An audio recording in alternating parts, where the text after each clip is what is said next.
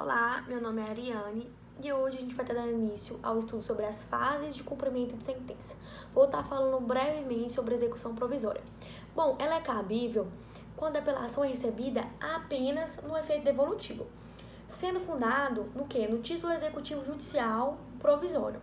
Bom, proferida uma decisão judicial executável e não havendo interposição de recursos, verifique-se o seu trânsito em julgado, passando a partir desse momento a ser cabível a execução definitiva. Havendo a interposição do recurso cabível e sendo esse recurso recebido no seu efeito suspensivo, a decisão ela não vai poder gerar os seus efeitos. Aí vai ser impedido assim o início da execução. A única forma apta de gerar a execução provisória é a interposição do recurso cabível não recebido no efeito suspensivo. Vou estar passando a palavra agora para a próxima colega. Olá, meu nome é Cássia. Eu vou estar falando para vocês, na matéria de cumprimento de sentença, a execução definitiva. No caso de condenação de quantia certa, ou já fixada em liquidação, ou no caso de decisão sobre uma parcela em controvérsia. Vocês podem estar observando que aqui já são 3 casos onde há a certeza do valor a ser cumprido. E esse cumprimento se dará a partir do trânsito em julgado da decisão.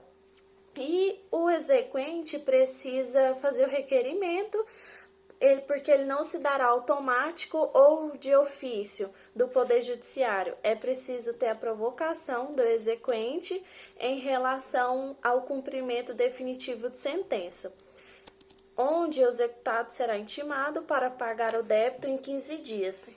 E se houver, será acrescido multa. Essa matéria está nos artigos 523 a 527 do Código de Processo Civil. Olá, meu nome é Luana, eu vou falar sobre a penhora. A penhora, ela é o procedimento de individualização dos bens que efetivamente estarão sujeitos à execução. A princípio, todos os seus bens, eles respondem pelas suas dívidas, mas quando há a penhora, esses bens, por ela sujeitos, eles passarão a ser indisponíveis para o devedor. O devedor ele continuará sendo proprietário dos bens, mas não vai poder dispor deles. Nesse caso, então, vai ser nomeada uma pessoa na condição de depositário, ela vai ter a posse desses bens, mas também não vai poder utilizar deles livremente. Para a realização da penhora, é feita a lavratura do auto de penhora ou o termo de penhora. O auto de penhora é feito pelo oficial de justiça e o termo de penhora é feito pelo próprio devedor. Mas alguns bens, eles são ressalvados de responsabilidade por dívidas. Esses bens estão elencados no artigo 649, são eles os bens absolutamente impenhoráveis, e também no artigo 650, que são os bens relativamente impenhoráveis.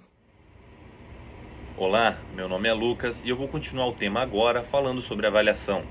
Após a realização da penhora, o próprio oficial de justiça já deve efetuar a avaliação dos bens, salvo se a avaliação necessitar de um conhecimento específico, em que o juiz deve nomear um avaliador. Uma vez realizada a avaliação, serão ouvidas as partes sobre o laudo e o juiz somente mandará fazer outra avaliação se ficar demonstrado erro na avaliação ou dolo do avaliador, ou então se verificar que após a realização do ato houve diminuição ou majoração dos valores dos bens penhorados. Se o bem a ser penhorado não se encontra no âmbito territorial do juízo, deverá ser então solicitado ao juízo local em que o bem se localiza por meio de carta precatória. A realização da penhora, em regra, também toca ao juízo do local do bem proceder à avaliação. Salienta-se que o regime processual civil atual, o executado não mais citado para nomear a penhora.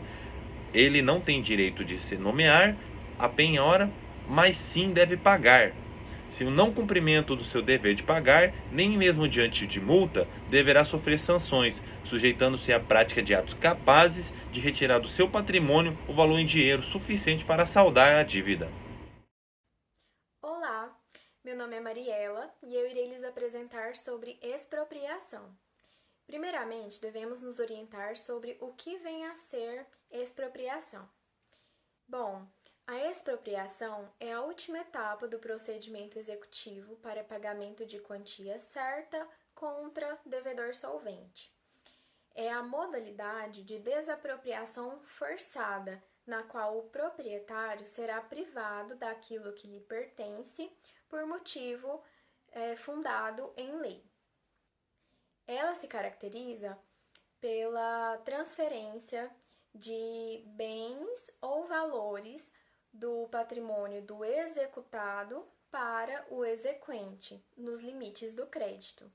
E são meio de expropriação a adjudicação, a alienação por iniciativa privada, a alienação por leilão eletrônico ou presencial, nessa respectiva ordem. E a opção de escolher o meio expropriatório é do credor final, pois é de seu interesse a execução. E, em caso de silêncio, não escolhendo a adjudicação ou a alienação, não haverá nulidade. E é isso. Aqui encerro a temática das fases de cumprimento de sentença. Muito obrigada!